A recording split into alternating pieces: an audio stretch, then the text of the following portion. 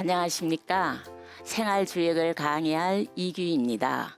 제가 처음 방송 강의하는 것이라 어색한 부분이 없지는 않을 것입니다.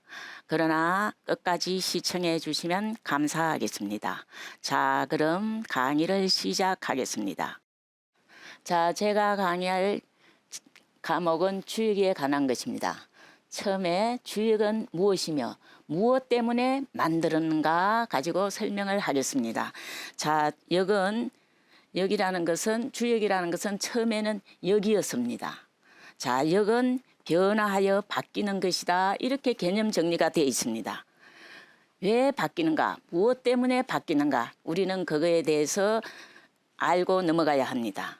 시간의 흐름에 따라서 어떻게 됩니까? 하루가 지나고 또 24시간이 지나면은 또 날이 가는 거죠. 날이 가고 달이 가고 또 12달이 쌓이면은 1년이 가게 됩니다. 이렇게 세월이 끝없이 흘러가면서 만사 만물은 변화하는 것입니다. 그래서 여기라는 글자를 파자해 보면은 이렇게 되어 있습니다.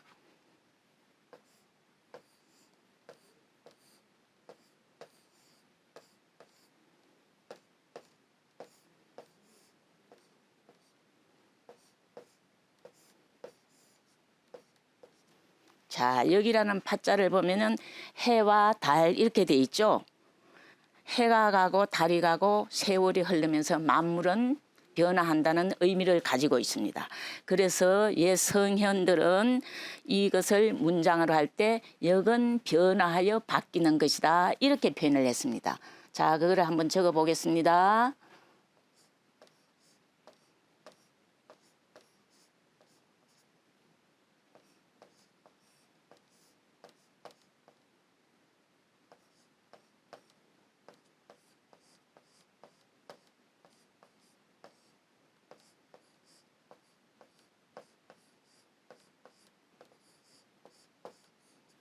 자, 이거를 보면은 역은 변화하여 바뀌는 것이다 이렇게 표현을 했습니다.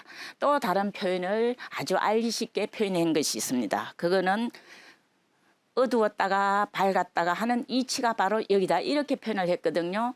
그걸 갖다가 낮이 되었다가 밤이 되었다 이렇게 바꿀 수도 있는 거죠. 그래서 세월이 흘러가면서 바뀌기 때문에 역은 변화하여 바뀌는 것이다 이렇게 개념 정리를 했습니다. 자, 그렇다면은 주역은 왜 만들었는지에 대해서 또 알아보겠습니다. 자, 이러한 자연의 변화에 봉변당하지 않고 능숙하게 대처하기 위하여 만든 것이 바로 역입니다. 그래서 역의 64개를 보면은 처음에 대처 방법이 나옵니다. 두 번째로는 처음에는 상황 설명이 나오죠. 그리고 두 번째는 대처 방법이 나오고 세 번째로 결과가 나옵니다.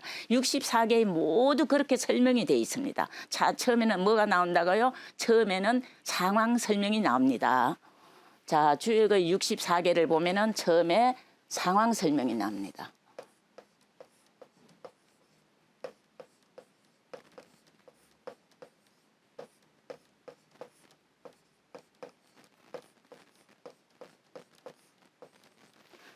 그 다음에는 상황 설명이 나오면 이러한 상황에 어떻게 대처해야지 성공할 수 있는지 대처 방법이 아주 명확하게 기록이 되어 있습니다.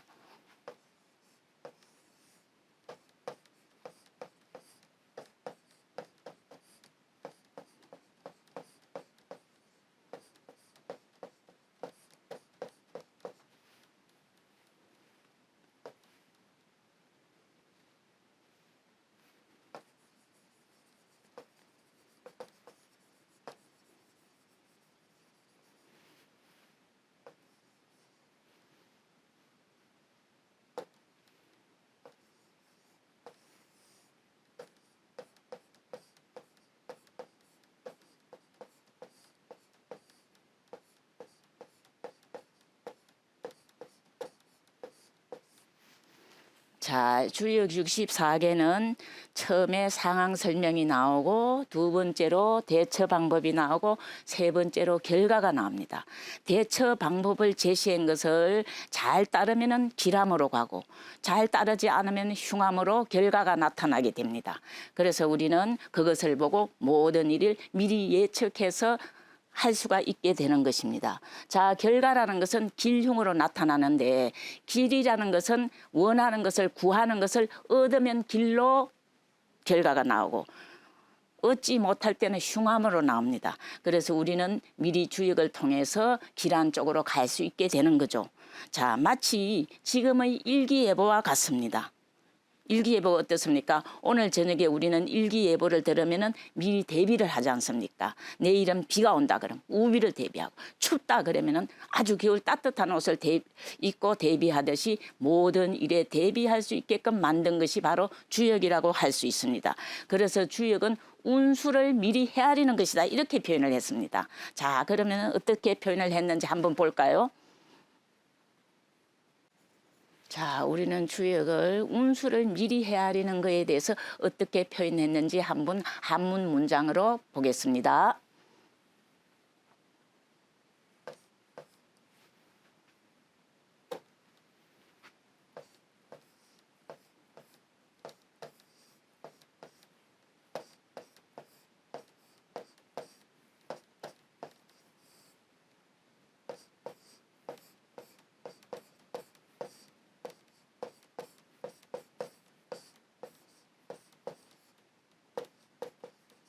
자, 한문 문장으로 보면은 역은 역수야라. 이 역은 지금 이 말하고 있는 역은 운수를 운수가 되겠죠. 운수. 운수가 돈을 벌러 가는 운수인지 남과 한마음이 되는 운수인지 아니면 기다려야 되는 운수인지 교육을 하는 운수인지 그런 운수가 있거든요. 그 운수를 미리 헤아리는 것이다 그런 뜻입니다. 이거는요. 거스릴 역도 되지만 미리 헤아릴 역으로 쓰입니다.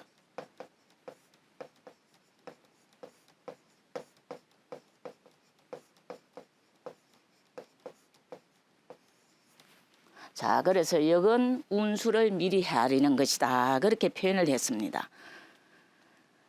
그렇다면은 공자께서는 역을 만든 까닭을 어떻게 표현을 했을까요? 공자는 인류의 최초로 인문학자라고 알려져 있습니다. 인문학자인 공자께서는 역을 어떻게 설명했는지 한번 살펴보겠습니다. 이렇게 얘기를 했습니다. 역은 사물의 이치를 깨우쳐 주어서 모든 사람이 일을 성공하게끔 만든 것이다. 그래서 주역책에는 천하의 일을 할 수 있는 모든 방법이 다 어떻게 돼 있다요? 다 포괄되어 있다. 이렇게 표현을 했습니다. 상당히 아주 좋은 그 스킬이 아주 큰 얘기죠. 요즘 사람들은 어떻습니까? 요즘 사람들은 다른 사람이 잘 되면 배가 아프다는 그런 말이 있습니다. 그죠? 그래서 이웃이 사촌이 땅을 사면은 겉으로는 어떻게 합니까? 축하한다. 그러는 마음속으로는 배가 아픕니다. 그러나 옛날에 선현들은 다른 사람이나 후세 사람들이 잘 사는데 힘이 들까봐 우한 의식을 갖고 있었습니다. 우한 의식. 그죠? 근심 걱정하는 사람. 그런 마음을 갖고 있었습니다. 그래서 공자의 표현을 보면은 역은 사물의 이치를 깨우쳐줘서 목매한 사람들에게 사물의 이치를 깨우쳐줘 일을 이루게 하고자 만든 것이다. 그렇게 표현했는데 그거를 한자로 한번 표현을 해보겠습니다.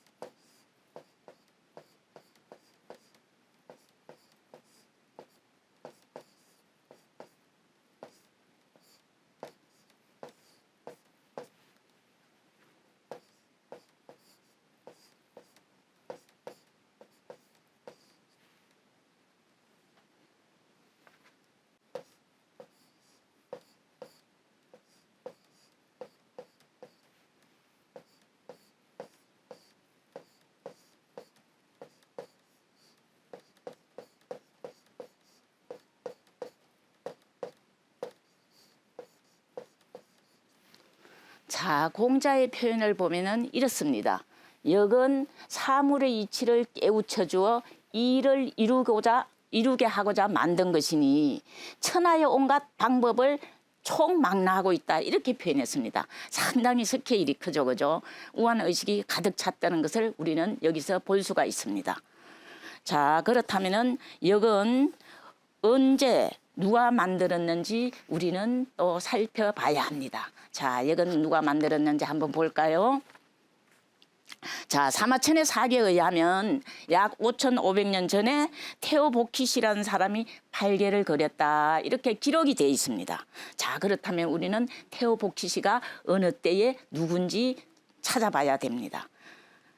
테오보키시는 배달국 시대에 살았던 사람입니다. 자, 배달국 시대가 언젠지 우리는 한번 시원국가와 후속국가에 대해서 찾아보겠습니다. 자, 테오보키시가 주역을 시작했다고 하는데 테오보키시는 사기에 의하면은 배달국 시대의 사람이다. 그렇게 얘기해서 그럼 배달국의 앞에 나라는 무엇인지 그 다음에 뒤에 나라는 어느 나라인지 우리는 찾아봅니다. 자, 배달국 시대는 처음에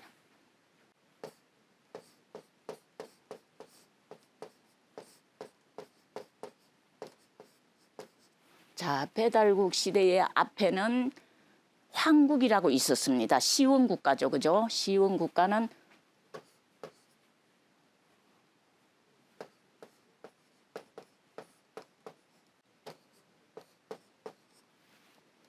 자, 배달국 국가의 앞에는 시원국이 있었고 그 다음에는 고조선이 있습니다.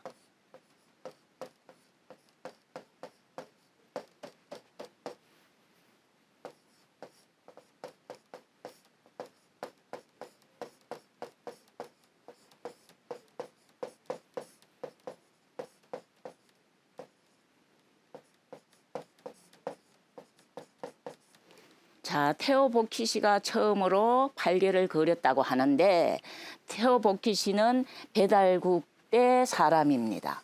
그렇다면 그 시원국가는 황국이고 그 후속 국가는 대한민국이 되는 거죠. 자, 그렇다면은 테오보키시는 동이족, 동방족에 해당합니다. 우리 동방족, 한족에 해당되는 것입니다. 자, 테오보키시는 어떻게 태어났나 하면은요, 배달국가는 18대 황제가 있었습니다. 18대 황제 중에서 5대 황제가 12아들이 있었는데 테오보키시는 막내 아들로 태어납니다. 상당히 머리가 좋았던 모양입니다. 그래서 테오보키시는 우주 변화의 움직임을 파악하게 됩니다. 그런 다음에 음양의 부호를 이렇게 그리게 되는 거죠.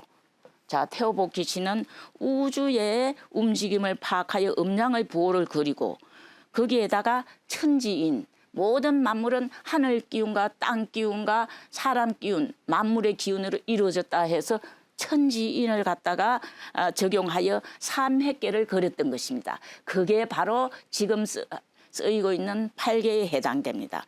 팔계를 그릴 때는요, 개인적인 생각이나 임의적으로 그리지 않고 인간이 살아가면서 가장 많이 접하는 자연 현상을 8개를 선정해서 상징적으로 그린 것입니다. 자, 그러면은 어떤 것을 상징으로 그렸는지 한번 살펴보겠습니다.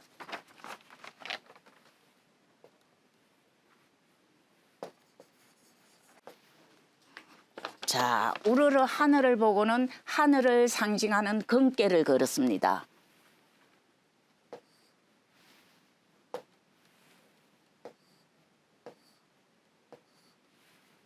요게 금괴입니다. 우러러 하늘 보고는 하늘을 상징하는 금괴를 그리고 구부려서 땅을 보고는 땅을 상징하는 공괴를 그렸습니다.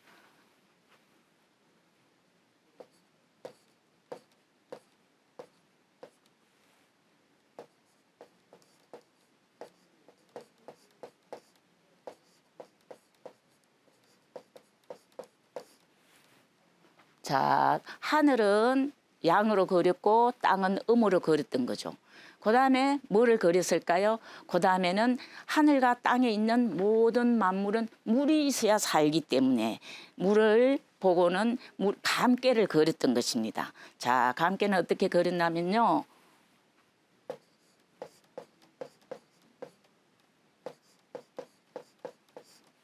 물을 상징하는 감개는 이렇게 그렸습니다. 자, 하늘과 땅 사이에 만물이 자라는데 물만 있어서는 자랄 수가 없죠. 뭐가 있어야 되죠? 태양이 있어야 됩니다. 그래서 태양을 상징하는 무엇을 그렸을까요? 태양을 상징하는 불을 그렸습니다. 자, 불을 갖다가 그린 것을 이깨라고 그랬는데 이깨를 한번 그려보겠습니다.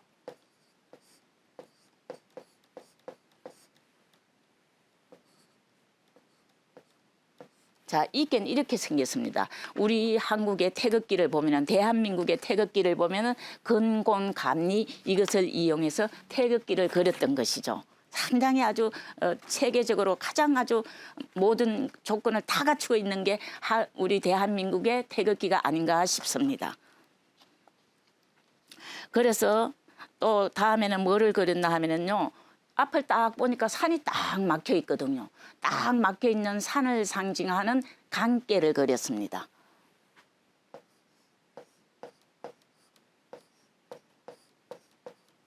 자, 강깨는 부호를 이렇게 그렸죠. 딱 위에가 막혀 있습니다. 우리가 산의 끝까지 올라가면은 막혀 있으니까 더 이상 갈 수 없죠. 더 이상 가면 떨어지는 거죠. 그래서 산은 막혀 있다는 의미로서 위에가 딱 막혀 있는 것을 상징해서 이렇게 그렸던 것입니다. 자, 산이 있으면 또 뭐가 있죠? 산 밑에는 반드시 산에서는 물이 내려오게 됩니다. 물이 내려오면은 처음에는 흘러가지 않고 고이게 됩니다. 그래서 고인 물을 상징하는 택개를 그렸습니다. 자, 택개는 부호가 어떻게 되는지 한번 볼까요?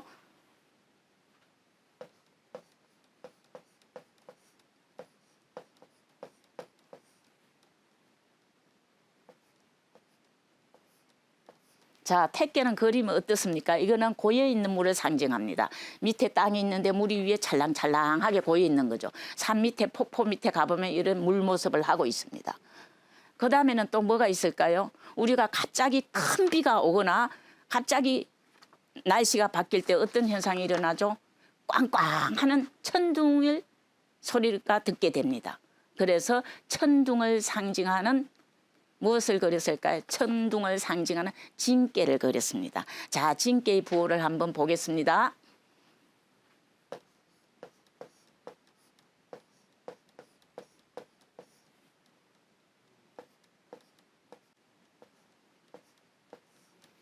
징깨는 부호가 이렇게 됩니다. 음이 있고 양이 있습니다.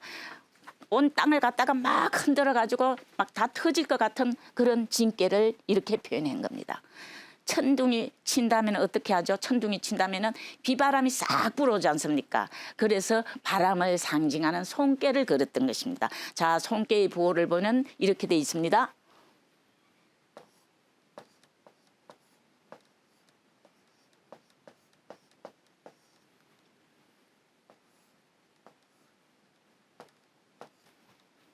자, 바람을 상징하는 손깨는 이렇게 양이 있고 아래 뭐가 있습니까? 음이 있습니다. 이거는 손깨는요 특징이요 들어가는 거예요. 그래서 우리는 어떤 말이 있습니까? 바늘구멍으로 항소바람 들어온다 이런 뜻이 있죠. 자, 그것처럼 손깨의 특징은 잘 파고 들어가는 거에 해당됩니다. 자, 이렇게 8가지의 개를 그려서 미래의 일을 점쳤던 것입니다. 그래서 이거를 갖다가 한문으로 문장으로 표기하면 이렇게 됩니다. 자, 보십시오. 자, 어떻게 복희 씨가 8개를 그린 것은 그냥 그린 것이 아니고 상황에 맞춰서 필요할 때 미래를 예측하기 위하여 그렸습니다. 그래서 그 표현을 어떻게 했냐면요. 역은 상황에 따라 때에 따라 바꾸어서 자연을 따르고자 한 것이다. 이렇게 표현을 해 놓은 것입니다. 그거를 한번 써드리겠습니다.